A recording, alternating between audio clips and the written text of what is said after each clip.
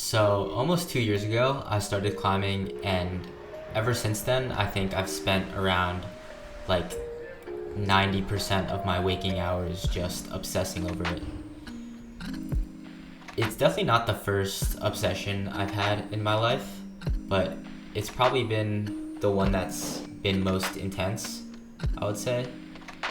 And so I thought it'd be fun to kind of look back and document my process over these 2 years and all the good and the bad that has come with it.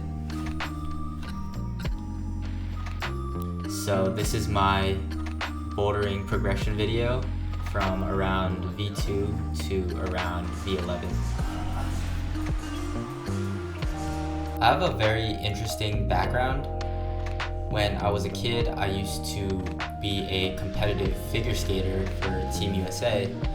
And then after that, I kind of fell in love with bodybuilding and weightlifting for around 3 years before I started climbing. So coming into climbing, I already had like a pretty good strength background for it, but unfortunately, I kind of sucked at it. But I was able to progress very quickly, and within a few weeks, I was already doing around V4 to V5 in the gym. In December, I went to this gym in Philly called Movement Callahill with a few friends, and I was able to do my first V6, which was this weird slab thingy. And looking back, this was probably one of the softest V6s anywhere in the world, because I think at this time I was still struggling on most V4s.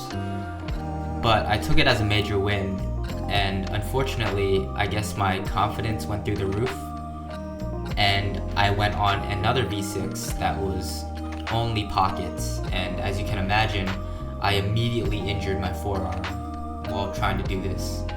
Luckily, the injury wasn't so bad, and I could still climb, but it took months for it to like fully heal.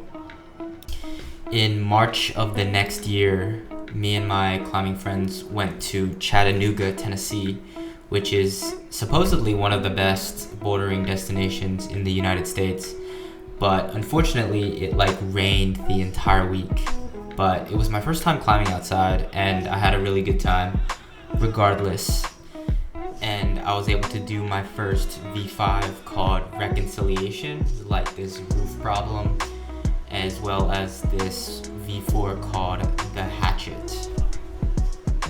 It was around this time that I found my one true love in this world, and that is board climbing.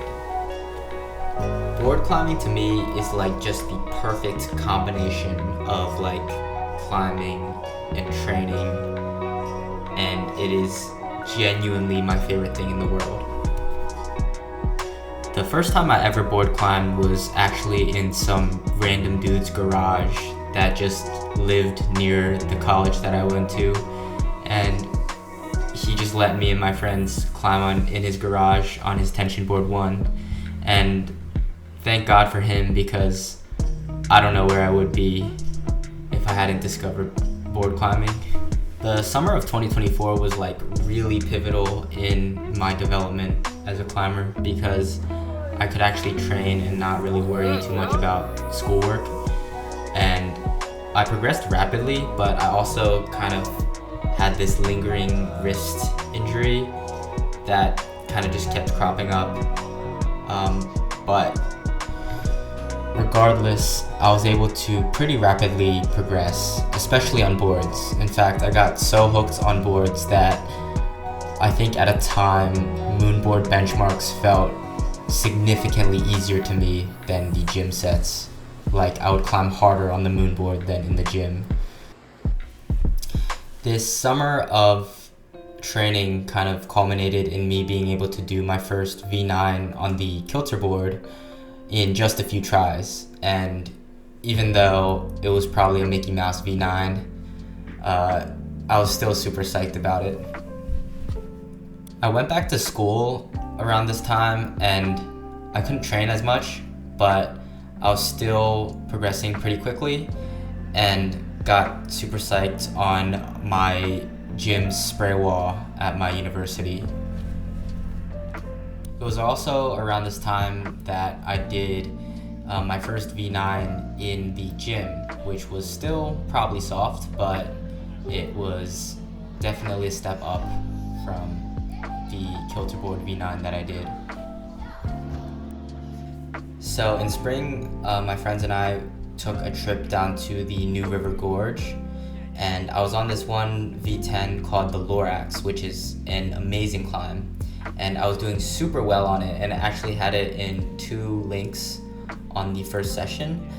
But unfortunately, I was trying to top out and my foot slipped, and I just held on with like one arm, and it absolutely cooked my rotator cuff. It wasn't bad enough to completely stop me from climbing, but it kind of didn't allow me to do certain movements for a while, and I honestly can sometimes still feel it, but it's pretty much gone now. But during the trip, I really impacted my ability to climb. Right after I graduated from college, I went up to New Hampshire with a few of my friends to do some climbing, and I was able to do my first V8/9 outside. And I also did all the moves of the V10 all in a session, which was really, really cool. It was also really bad conditions, so I was beyond psyched about this.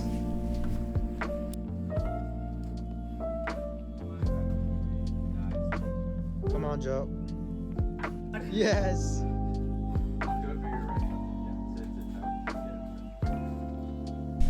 When I got back, we also went climbing near our hometown in Pennsylvania at this crag called Lorimer. It's basically like a single boulder that just has a bunch of really, really shitty link ups that are all drop offs.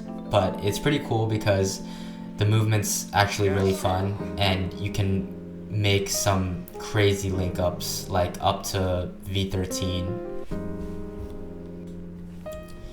It's at this crag that I actually did my first few V10s, which of course are all just shitty link ups of one another, but it was still really cool to be able to do that. Come on, Joe. Tight.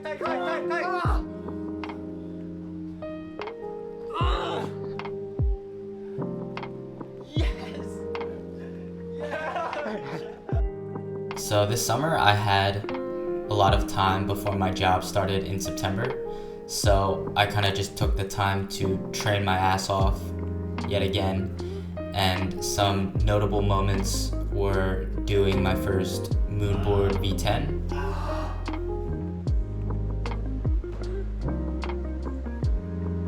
my first tension board 1 V10 classic,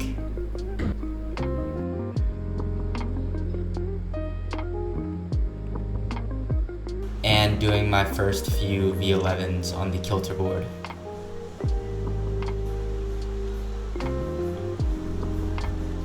In September, I was able to flash my first V9 on the tension board 2.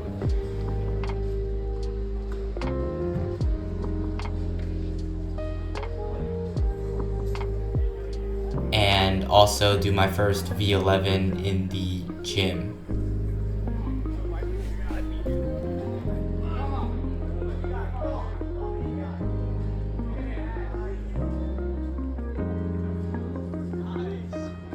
So unfortunately, right after I did this V11 in the gym, I kind of injured my other wrist, the left one this time, and so I've kind of just been nursing that back to health. And that kind of takes us to today, where I'm super happy with my progression so far, and I'm excited to see where this sport takes me. Thank you so much for watching.